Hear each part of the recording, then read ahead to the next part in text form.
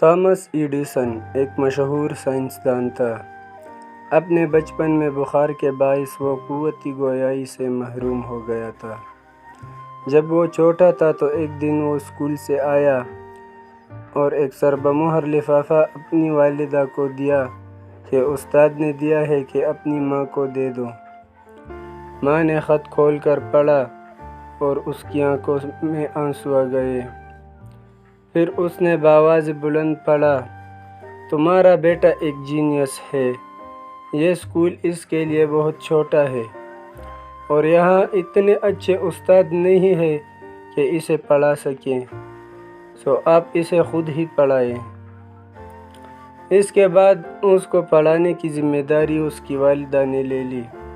سالوں بعد جب تامس ایڈیسن ایک سائنسدان کے طور پر مشہور ہو گیا تھا اور اس کی والدہ وفات پا چکی تو وہ اپنے خاندان کے پرانے کاغذات میں کچھ ڈھونڈ رہا تھا کہ اسے وہی خط ملا۔